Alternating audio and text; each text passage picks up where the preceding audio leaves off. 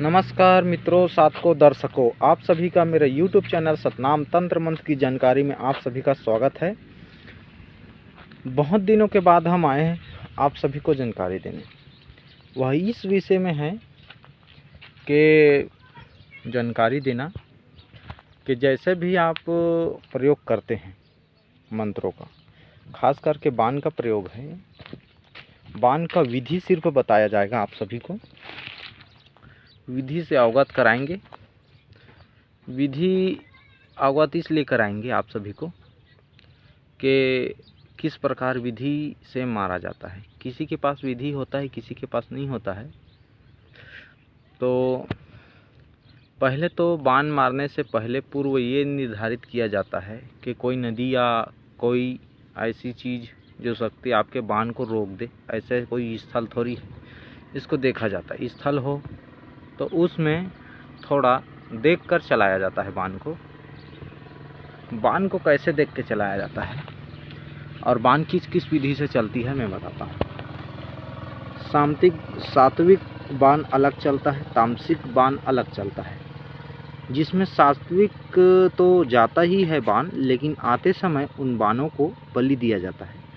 बलि प्रथा, मैं ये नहीं कहता कि आप सभी बलि दीजिए, लेकिन जो विधि विधान पुराने के जो बुजुर्ग करते थे वो बता रहा हूँ आप सभी को। नहीं मैं मंत्र दूंगा, आप सीधा सिर्फ प्रयोग सुनिएगा। विधि किस प्रकार होता है। विधि इस प्रकार है कि लोहार के घर से बनवाना होता है बाण और धनुष, उसको जागृत करना होता है और जागृत करने के बाद में उसको चलाया जाता है। चलाने के समय जब चलाते हैं तो वह बाण अलग अलग विधि से चलता है। जैसे बाण चलाते हैं तो बाण में भी ढेर सारा प्रयोग होता है। मान लीजिए किसी को नींबू के माध्यम से मारन कर देते हैं, किसी को चावल के जीरे से मारन कर देते हैं, उसमें भी बाण होता है। और मैंने जहाँ तक देखा है दूसरे लोगों को करते हुए, वहाँ तक की बता रहा हूँ। मैंने किया तो नहीं है, आज तक बाण नहीं चलाया है। तो जो आप गोबर कीड़ा जानते हैं, आप छत्तीसगढ़ी लोग होंगे तो आप जान डरेंगे। छत्तीसगढ़ के जो निवासी हैं रहने वाले, तो उसमें गोबर कीड़ा होता है काला सा। जो काला कीड़ा होता है ना, उसको सामने रखते हैं आसन के पास। नारियल, हुम, धूप, इस प्रकार छोटी मोटी सामग्री, भोग प्रसाद इस प्रकार रखी जाती है। और शराब वराब भी रखा जाता है। तामसिक के लिए मुर्गा भी रखते हैं, सात्विक के लिए नॉर्मल रहता है, फल में ही हो जाता है। फूल भी रखे जाते हैं। ऐसे उस प्रकार करने के बाद में आसन लगाया जाता है। आसन में कपड़े वपड़े बिछाने के बाद में जब मंत्र अभिमंत्रित करते हैं, जब मंत्र अभिमंत्रित जब किया जाता है तो जो भंवरे की तरह रहता है, काला सा कीड़ा रहता है, गोबर कीड़ा बिल्कुल भंवरे की तरह रहेगा, बड़ा सा, इतना बड़ा काला कीड़ा जब उड़ेगा तो ऐसा करता रहता है। ये उसका जो साइलेंट है, वाइब्रेशन वाला वो है, ताकि आप समझ सके कि उसका वाइब्रेट क्या होता है। यानी कि जो आवाज़ है ना बाण चलने का, उसी प्रकार आता है। जैसे भंवरा जाता है ना, आपके नज़दीक से बुलकेगा तो ऐसा करते हुए निकलता है। और ढेर सारी सूचनाएं मिलती हैं जब बाण चलता है तो इसी प्रकार एक विधि वो हो गया। जब बाण ये चलाओगे, चलाने के समय वो जो कीड़ा रहेगा वो ऑटोमेटिकली उड़ने लग जाएगा, हवा में उड़ने लग जाएगा और गोल गोल घूमने लग जाएगा। ऐसे घूमते रहेगा, वो उड़ जाएगा नीचे से थोड़ा ऊपर होते जितना आप मंत्र जाप करोगे उतना ऐसा होगा। गति तेज होगा। गति तेज होने के बाद सट से जाएगा वो बाण की तरह, सन के पहुँचेगा सीधा जहाँ पे आप भेजोगे। वहाँ पे पहुँचने के बाद यदि वो घर के बाहर मिलता है तो उसके 3 चक्कर सर में लगाएगा वो गोल। 3 चक्कर लगाया तो वो आदमी ख़त्म। अगर बेड में सोया है, खिड़की खुला है, घर खुला है या किसी भी प्रकार का, तो घर में जाएगा। ये घूम के मारने वाला है। ये जो गोबर कीड़ा है ये घूम के मारता है, नहीं आपको टच होगा, नहीं कुछ होगा। ये सिर्फ आपका गोल घूमेगा बस।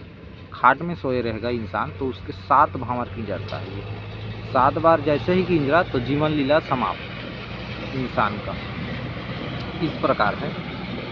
और सूजी जानते हैं लोग, पुतली क्रिया में ज़्यादा अक्सर करके सूजी का प्रयोग करते हैं। सूजी जो धागा खीलते हैं घर में लोग, उसी सुई का ज़्यादा प्रयोग करते हैं, लेकिन सुई का प्रयोग बाण चलाने में भी किया जाता है। लोगों को पता नहीं होगा, लेकिन मैंने सुना था किसी के ज़बान से कि जो बाण होता है उसको चलाने के लिए सुई की आवश्यकता पड़ती है। सुई की किस प्रकार आवश्यकता पड़ती है? जब पुतली क्रिया करते हैं लोग, जब पुतली क्रिया किया जाता है, जब करते हैं लोग, तो सुई साबुत होता है, यानी कि सुई में जो धागा लगाने का जो होता है वो बरोबर रहता है। लेकिन जब बाण चलाओगे तो कोई आपकी बाण को खींच ना पाए करके आपको पीछे को काटना होगा, जिसमें होर रहता है पीछे के साइड, उसको काटा जाता है, आसन के सामने रखा जाता है। जैसे मंत्र पढ़ोगे वो खीला बोलता हूँ, जो सुई है ना, ऐसे ऐसे ऐसे ऐसे करता रहेगा और ऊपर उठ जाएगा, 100 हाथ ऊपर उठेगा। उठने के बाद गन के वो भी चला जाएगा और जाने के बाद सीधा दिल में अटैक करता है, सीने पे। सीने में अटैक होगा ना तो सीधा ख़त्म इंसान एक बार में। लेकिन इन सभी को पार लगाना होता है, नदी से, तालाब से। तालाब से तो नहीं, नदी अक्सर करके नहकाया जाता है, क्योंकि उनमें शक्तियाँ रहती हैं जल में। जल की खड़ के इस छोर, खड़ के उस छोर, ऐसे दोनों खड़ों पे रहते हैं शक्तियाँ, वो रोक देते हैं बीच में। अगर बाण मारे हो आपने और वो यदि नदी में प्रवेश कर गया तो आपकी बाण निष्फल जाएगा। ये बात नहीं जानते हैं बहुत से लोग, निष्फल हो जाता है, बाण की शक्ति निष्फल।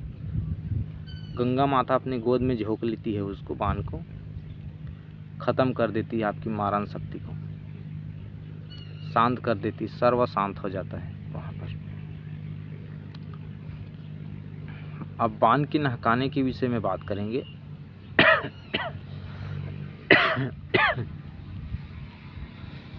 जो हमारे पास छड़ बांधने के लिए डियाई तार होता है, डियाई तार तो बहुत मोटा है, जो पतला सा तार नहीं होता है जिससे मिस्त्री लोग छड़ को बांधते हैं, वो तार, उस तार को आप धनुष बनाएं। धनुष तो आपका पहला ऑलरेडी रहेगा, उसको सिर्फ तीर बनाना है आपको। तीर बनाने के बाद में जब आप अभिमंत्रित करोगे, जैसे ही अभिमंत्रित करोगे वो आग की तरह जलने लग जाएगा ऑटोमेटिकली जब बाण चलाओगे। तो ये इसका परीक्षण है, इसको करोगे तो वो बाण जलने लगता है, ऑटोमेटिकली बढ़ने लग जाएगा, वो आग की तरह तेज हो जाएगा। वो आपकी शक्ति को प्रदर्शित करता है। और ये विषय ये है। उसके बाद में यदि आपको नहकाना है तो आप मट्टी का नहीं तो आटा का डोंगा बनाओगे।